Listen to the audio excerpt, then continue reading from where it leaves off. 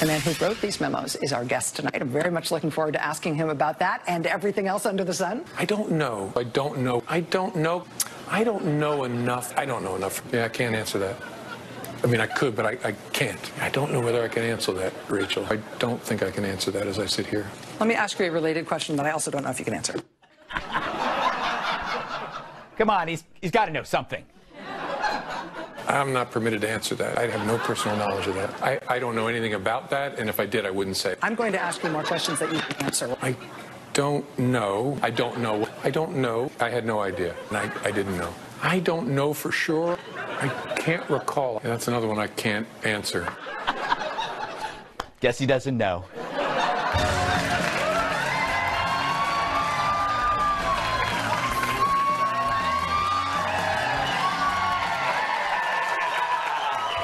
All right.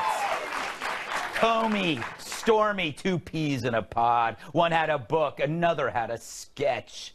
And they tried to outdo each other in a game of publicity ping pong.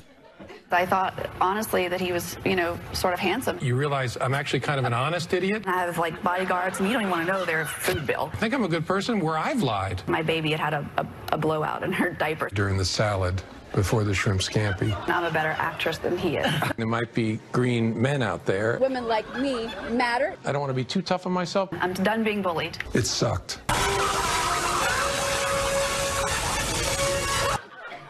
Oh, yeah. Now, as for those Comey memos, I got more of a shock taking my tube socks out of the dryer. I'm sorry, the collusion seems more between Democrats and the media than anyone else. But if you're a Democrat, you're thinking, crap, this stuff isn't working. What do we do now? The Democratic Party has filed a federal lawsuit in Manhattan against the Russian government, the Russian intelligence service, WikiLeaks, and the Trump campaign, alleging damage to the Democratic Party as a result of the hack in the 2016 presidential election. That's amazing. They're suing Russia. They're suing Russia. There's another new avenue to unseat the president because all the other previous ones are dead ends. It's my golden rule. When idiots don't get what they want, they sue. Now, judging by all the coverage, you'd think that was it for the week. Well, not so, my friends. Over Easter, Mike Pompeo met Kim Jong-un.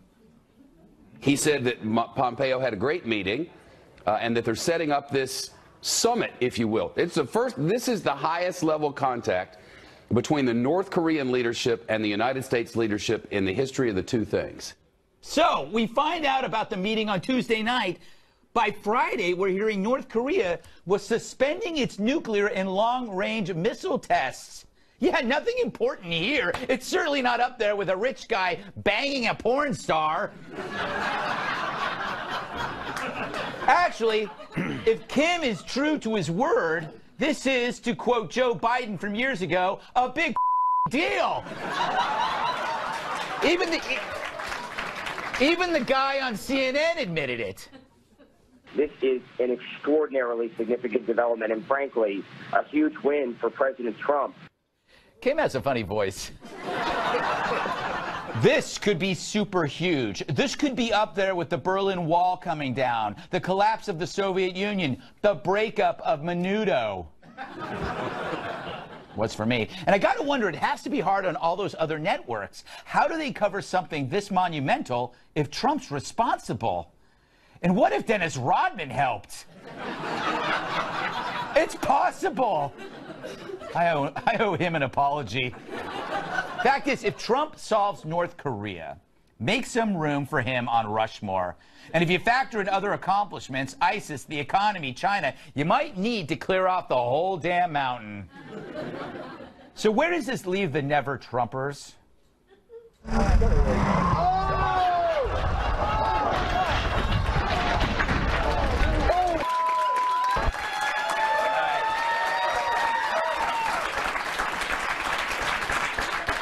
Clapping for car accidents. Terrible audience we have here. It's time for an intervention. Think about what they're doing, obsessing over a decade-old sex romp while the world stage changes. Now, think about the collapse of the USSR. What if the MSNBCs of today were around back then? They'd be doing a town hall on the secret sexism of leg warmers. But I get it. What if the person you hate changes the world for the better? Maybe learn a few lessons. For example, you don't have to like someone to appreciate their skill set. I mean, yeah, maybe Trump is like a mafia don, but maybe a mafia don is what you need to get certain people to listen. Trump said fire and fury and the media laughed, but Kim didn't. He got it. It was his language. Trump seems to do this with every issue, and it works. His presence, it's like a laxative in a brownie. He gets everyone going. I think I've used that joke before. And yeah, even I admit it's crazy if the guy from The Apprentice brings world peace. It's crazy. And as for those of you who find it unsavory that the same guy slept with a porn star, well, we all can't be as pure or as boring as you are. Fact is, if you're a billionaire living the life in New York City, I think it's against the law if you don't sleep with a porn star. But for all you generic anti-Trumpers, it's time to admit this whole Stormy saga has really got nothing to do with defending the honor of a porn star. You don't care about her. She's just a prop to be used to unseat a president. She was used in films, and now she's being used on cable news. It's all just an extended bitter tantrum caused by an election, which is fine. But if your petty emotions get in the way of something that could make the world a better and safer place, then you're a loser. And you will not be invited to the Korean Unification Party to be held at an undetermined location. But I'm thinking it's Dobbs' place.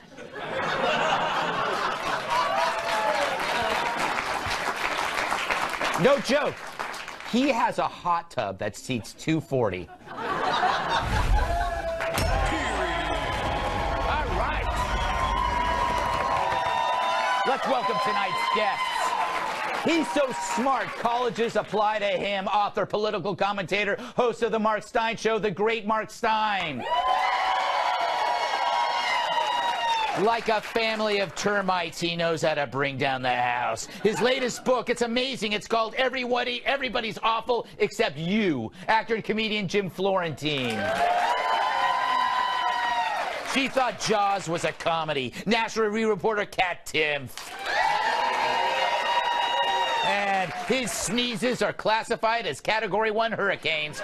Former WWE superstar and my massive sidekick, Tyrus. All right. Steyn, where do we begin? I mean, what happens to everybody who never took Trump seriously if this happens?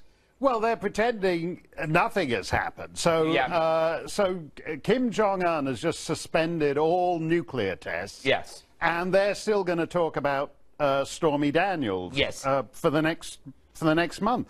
By the way, do you know the name of Kim Jong-un's nuclear missile? No. It's his missile is called the No Dong. Really? Which sounds like Stormy Daniels' easiest movie.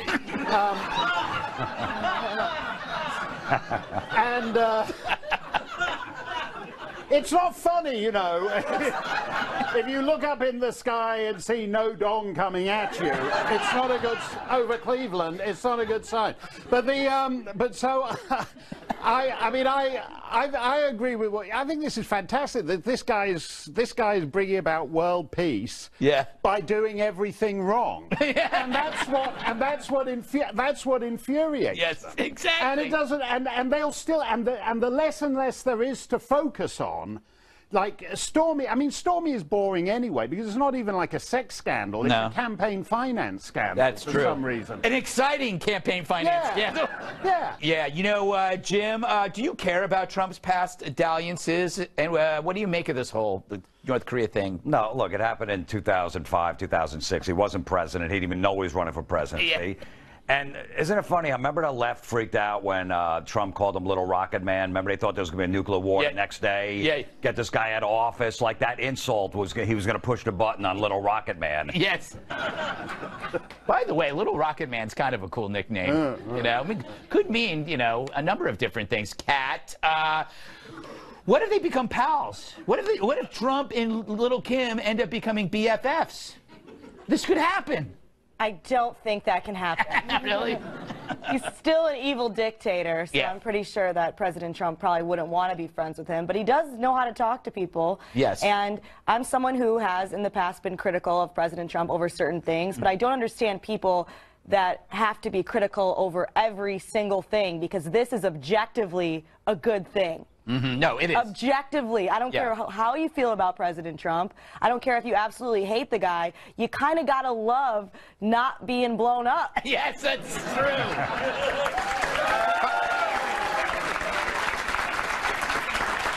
Tyrus, it's too soon to tell, but there must be a lot of people heading to therapy next week. I'm still trying to find one way that Little Rocket Man would benefit me as title. I would be furious no matter what way you said it. Little Rocket Man, what'd you say to me? I don't think I would like that. It doesn't. Kim Jong-un said, we're locking up our nukes. Yeah. Period. Investigate that. Get a special counsel to investigate that. Yeah. Like that. We're investigating everything else, but that's the real story. All the other stuff doesn't mean anything. I mean, I'm actually glad they bring up his past, because then I get some passes on my own past. You know? Yes. You know what I'm saying? Like, well, the president did it. Yeah. So it's a good thing, fellas. It's a good thing. Yes.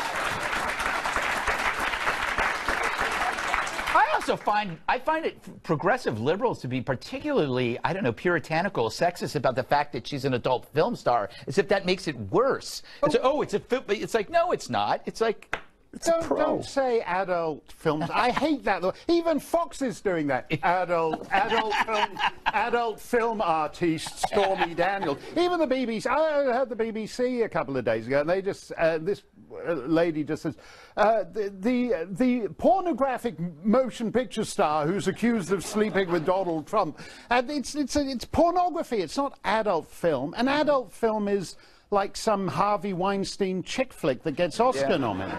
Not to mention, when they emphasize adult film, is there another category? Such a good point. I don't want to know. I'm assuming if you say porn, I'm assuming it's adults. Yeah. So I should stop this segment. All right, coming up. Back up and retake that. Yes. Jim Comey. Maybe you heard of the guy? We're going to talk about him some more next.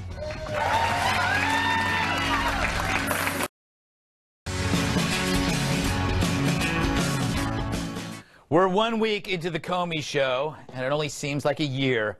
But what revelations. One, Comey's never seen Trump laugh. He told that to Stephanopoulos during their 5-hour chat. Hard to believe they left that part out of the special. And they kept this part. Comey drinks Pinot Noir out of a paper cup. I drank red wine from a paper coffee cup and just looked out at the lights of the country I love so much as we flew home. It was like the narration of Sex and the City. Now, we also learned that Comey thinks Trump is obsessed with him.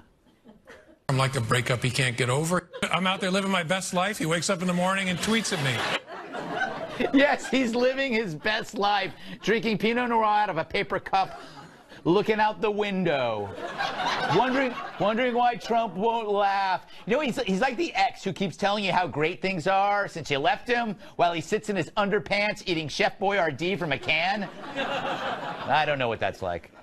Too bad Comey isn't winning anyone over.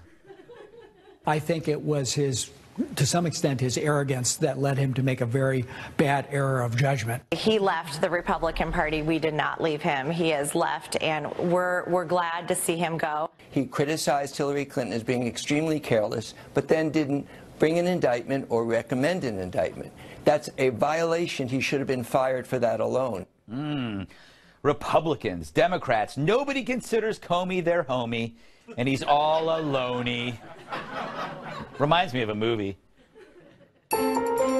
In 2016, there was a guy named James, and most of America got tired of his games. He was the Republican sensation when he put Hillary under investigation. There is evidence that they were extremely careless in their handling of very sensitive, highly classified information. Years later, when the nation felt divided as ever, he returned just to make everyone hate him together. Felt like I was totally alone, that everybody hated me. FBI Director James Comey has just been fired by Donald Trump.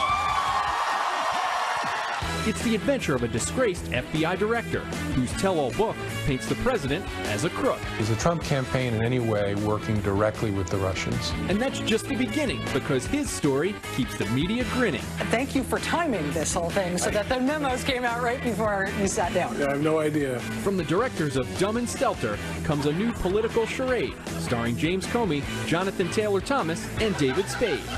Home Alone, this summer, the hate is on.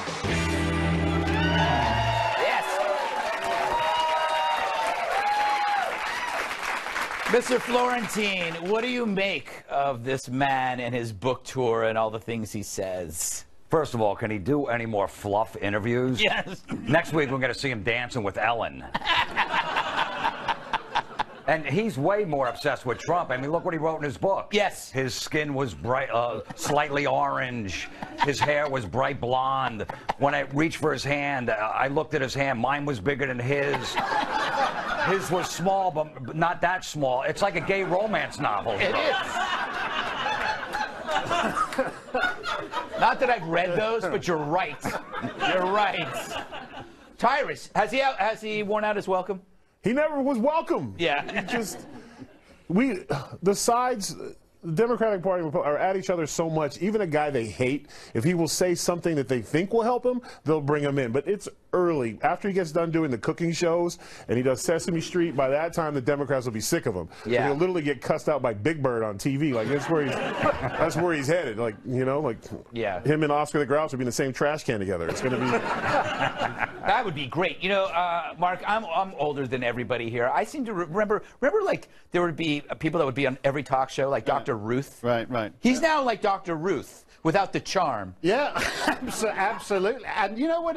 I'd forgotten that bit you mentioned, where the drinking Pinot Noir out of the paper cup. And the book is all like that. It's like this banal, third-rate, pathetic sludge. Yes. He's flying home in a private jet. Well, that's the first thing. The FBI director shouldn't have a private jet. He gets on the plane. He opens his suitcase. He says he's got a bottle of California Pinot Noir in his suitcase. Why would you do that when you're... Why would you fly a bottle of ordinary California Pinot Noir that's available in Washington for like $6? Why would you fly that all the way from California? And then he says, and I drank it out of a paper coffee cup. Okay, you're on a private you've got a private jet for you. It doesn't have any wine, so you have to pack the wine in a suitcase. And then you have like a used paper coffee cup from when you were in Starbucks earlier that morning. And I don't believe anything he said. Now, and I know, and this is what writing is. Like in normal life, I'll go, I ran into Greg and told him I'd just seen Tyrus. And if you're writing a book, this is an important tip if you want to make $1 million like Comey. You can't just say, hey, I ran into Greg and told him I'd seen Tyrus. You've got to go, I ran into Greg Gutfeld. An intriguingly contemptuous sneer teased his lips for a moment before curdling into a marginally less intriguingly contemptuous sneer. I told him I'd seen Tyrus, whose muscled forearms rippled in the California twilight. Tyrus's forearms, that is, not Greg's. And people think that's writing. And the whole Comey book is like that. Yeah, no, it is. And also, Kat, he's always wrestling with his conscience, isn't he? I don't think so. I think he's just really likes the spotlight being on him. And I think that sometimes when you're so desperate for attention, you can end up making a fool out of yourself. Yes. Like, he was real excited about this book, and now everyone hates him. Yes. And he's like, I kind of imagine him being like that drunk college kid who's like, all right, watch me, I'm going to jump into the pool from the roof. But then he trips and then stumbles and smashes his head on the side of the face. That's what James Comey is. But he did give us something that we desperately all need as a country, and that was something to unite around. Right, that and is now true. we can all unite around the fact that we don't like you. Yes, that's true. I think, gotta go. Reality show idea. He pairs up with Stormy. It's a reality show on Bravo called The G-Man in the G-Spot. All right, we got to move on. He's the politician of the future. He doesn't kiss babies or anything else. He's a robot.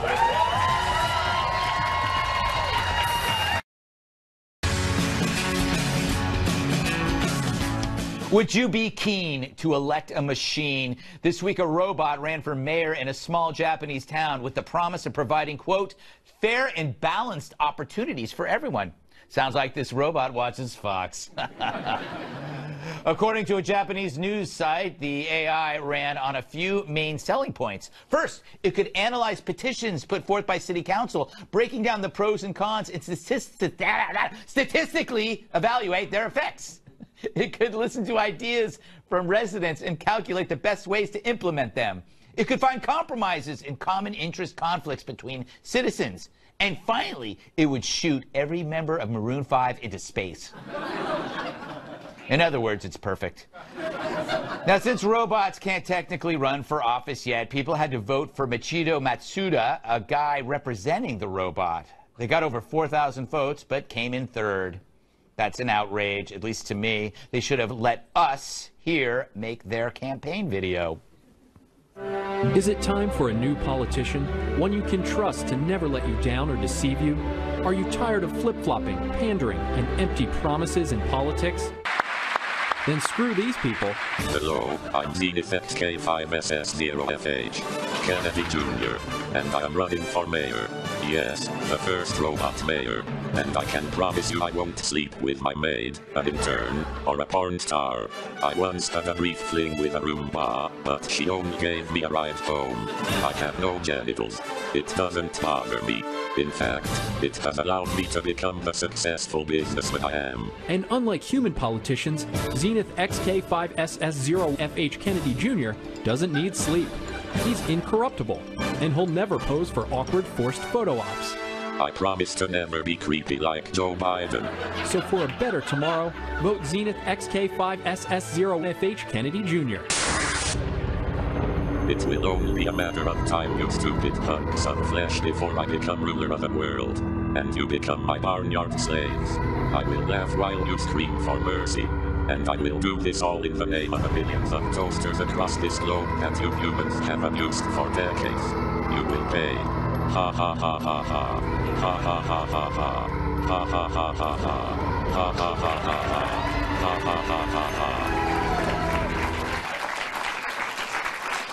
You won't find that on Special Report. All right, Kat, you're a libertarian, which means you tend to favor facts over feelings. I would think you would be totally for a robot politician. At first I was. Yes. But then I saw this thing about fair being part of the platform. Yeah. Normally when politicians are talking about fair, what they're talking about is getting involved in my business to try to make it fair. I gotcha. All right, they're talking about taking away more of my money and giving it to people who didn't earn it. They're talking about, you know what, life isn't fair. That's true. And we don't need the government meddling to try to make it fair. So no, I would not vote for this commie robot, Greg. Oh, wow. Jim? A robot cannot be compromised by pictures of him copulating with anything. You know, you can't blackmail a robot. That's good. That's true. Look, we almost had a robot as president, Hillary Clinton. Think about it. All our answers are pre-programmed. Yes. And most of our intelligence is artificial, so.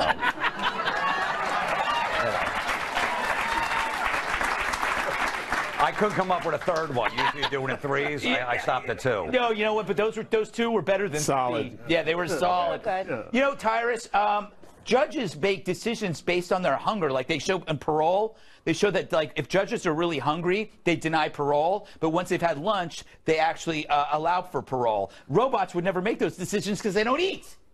Yeah, but I can get one of my homies to hack it. Right? Or we have a water assassination. A water. You know? Tyrus, you were found. Oh, my. Oh, God. Oh, no. Oh, no. The mayor's dead. Oh, gosh. Oh, geez. A water slicker, a rain slicker would prevent such assassinations. Yeah, we'll see. Yes. We'll see. The problem with robots at this point, they're not your AI buddies yet. They're not sentient beings yet. It can be controlled by a person. So it could have been the guy you didn't vote for is actually the programmer.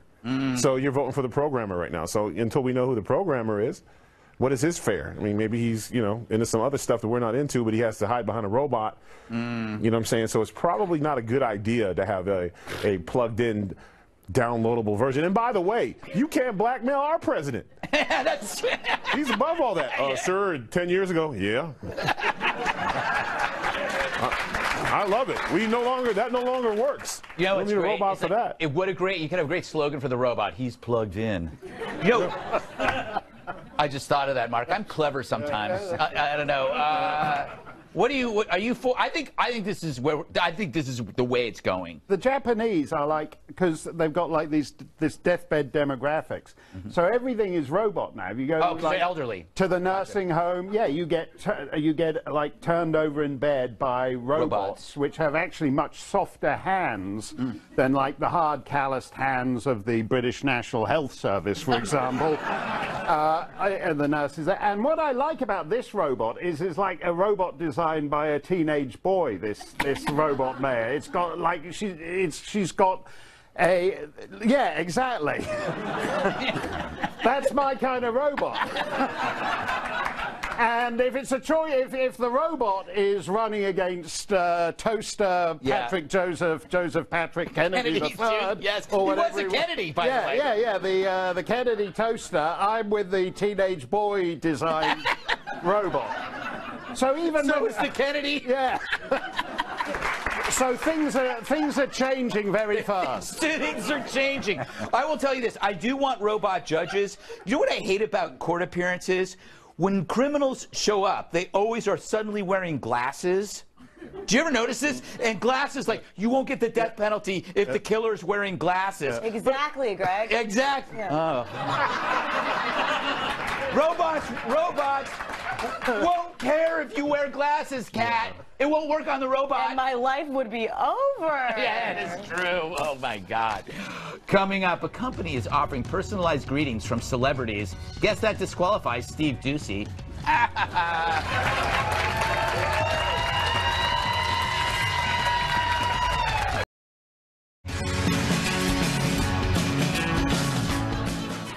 They're stretching kind of far, the definition of a star. A new company called Cameo is selling personalized celebrity video greetings that you can buy for a nominal fee. And you can choose from 1,400 faces on the Cameo roster, like the amazing Austin Kroll. I don't have to tell you who he is.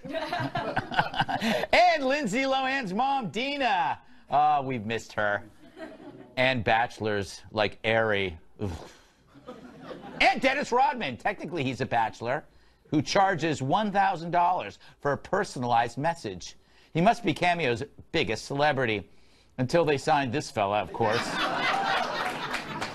Yes. But if you don't have that kind of scratch, you can get a nice video from this fella. Yo, what's up, William? This is Jesse LaFleur, professional parkour athlete and American Ninja Warrior finalist. I just wanted to say happy 18th birthday. I'm about to do a sketchy flip off of that tree just for you. Here we go. I didn't know if I was going to land that one. Happy birthday. How adorable. A message from the famous parkour athlete, Jesse LaFleur. Maybe you've seen him on American Ninja Warrior, or maybe you haven't. Either way, give him $40 and you got yourself a celebrity greeting. So my staff pulled together their money and asked Jesse to make one for me.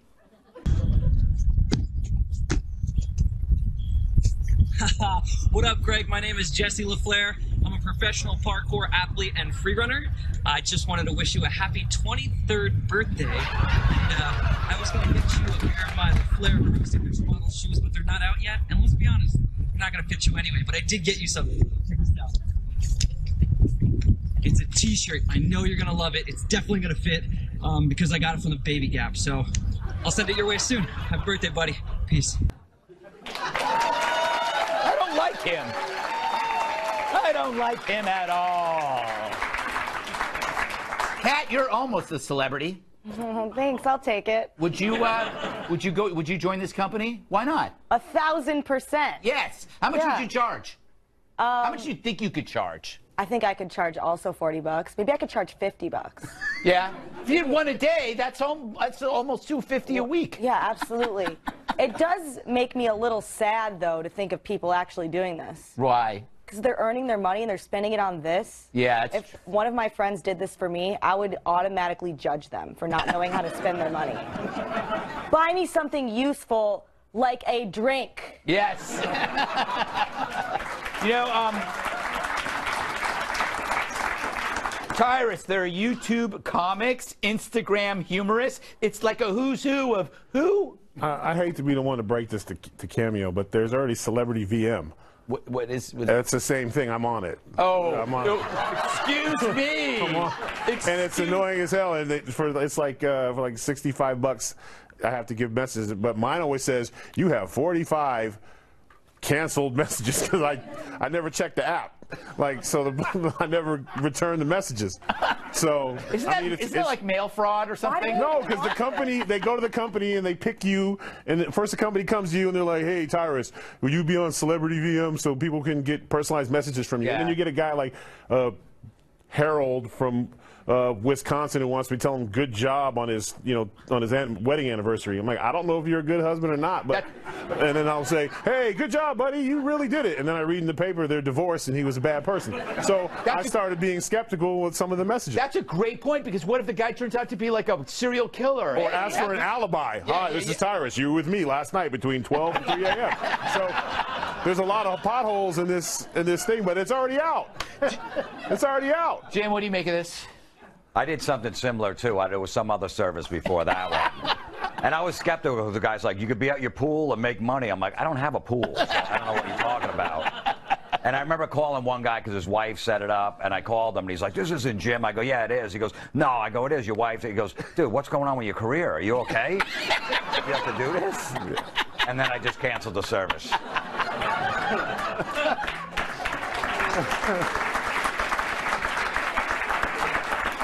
$10 I got. $10.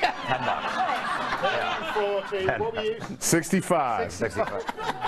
What about you, Mark? I'm like the only one here who isn't, who can't be rented for your grandma's 80th birthday. Oh, you could be. The only thing I've come to, I was reading about 6 or 7 years ago, I was reading, I think it was in the Washington Times, about something called California Cryobank, where you can go, it's a look-alike sperm donor clinic. Yes. And so if you want your kid to look like, and they said Tom Hanks, Tiger Woods, Justin Timberlake, you go to this cryobank. And about 2 paragraphs into the story, it goes, alternatively, conservative intellectuals might prefer a look-alike from Canadian commentator Mark Steyn. And my first reaction is, who the hell goes to a sperm bank and says, I'd really like something from a Canadian conservative commentator, and they go, oh, we've got a couple of beakers lying around here, don't worry. And then my second thought was like, well, why aren't I getting the $65? Who the hell is this?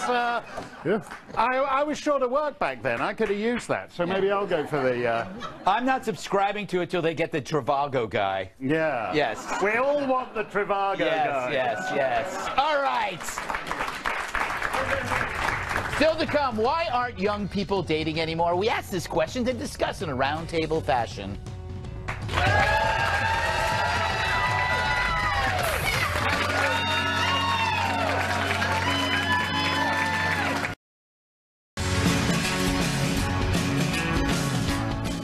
She's making America date again. A philosophy professor at Boston College, they have them there, has been offering students extra credit to go out on dates, not with her, but with others. To qualify, they must go out with someone in person for longer than 90 minutes, stay sober, and have no sexual contact. Carrie Cronin, a.k.a. the dating professor, says dating as we once knew it has largely vanished and it's become a, quote, weirdly countercultural thing to do. She blames that on hypersexualized culture, the rise of dating apps, the change in average marriage age, and President Barack Hussein Obama. I added that. For her assignment, the person who asks for the date must pay no more than $10. You know what makes a cheap first dinner date? Cinnamon. Cheers. No, it's not cheers. Cheers. No, I'm scared. Let's go.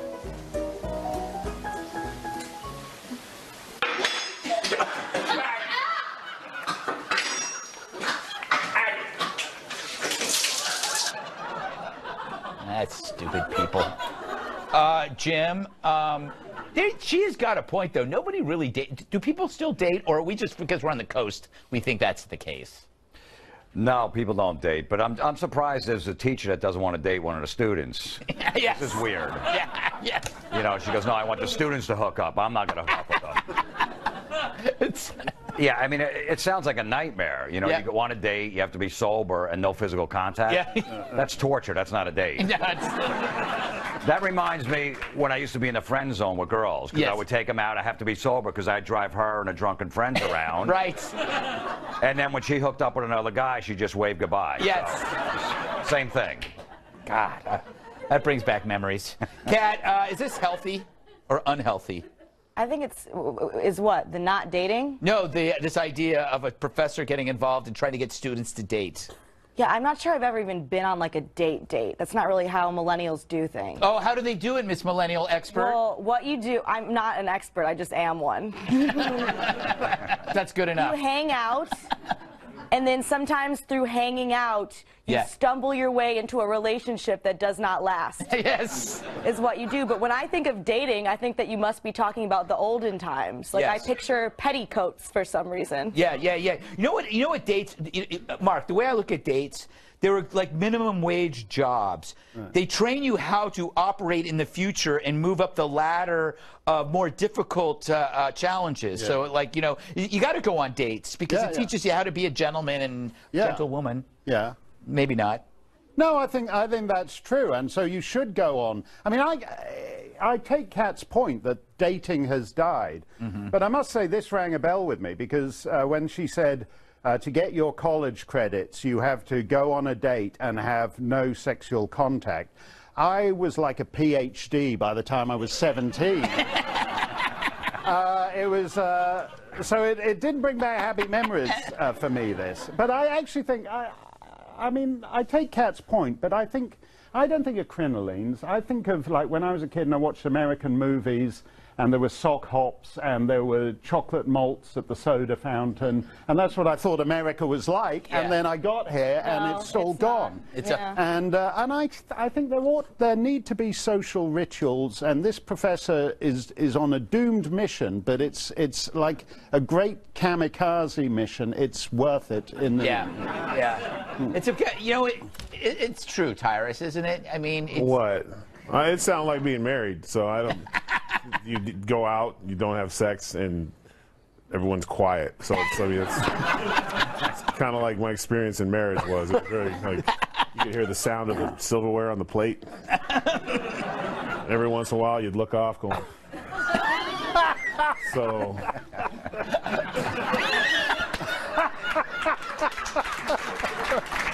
Oh, dear. Man, I'm just. Sorry. It's kind of a show killer, I don't want to date.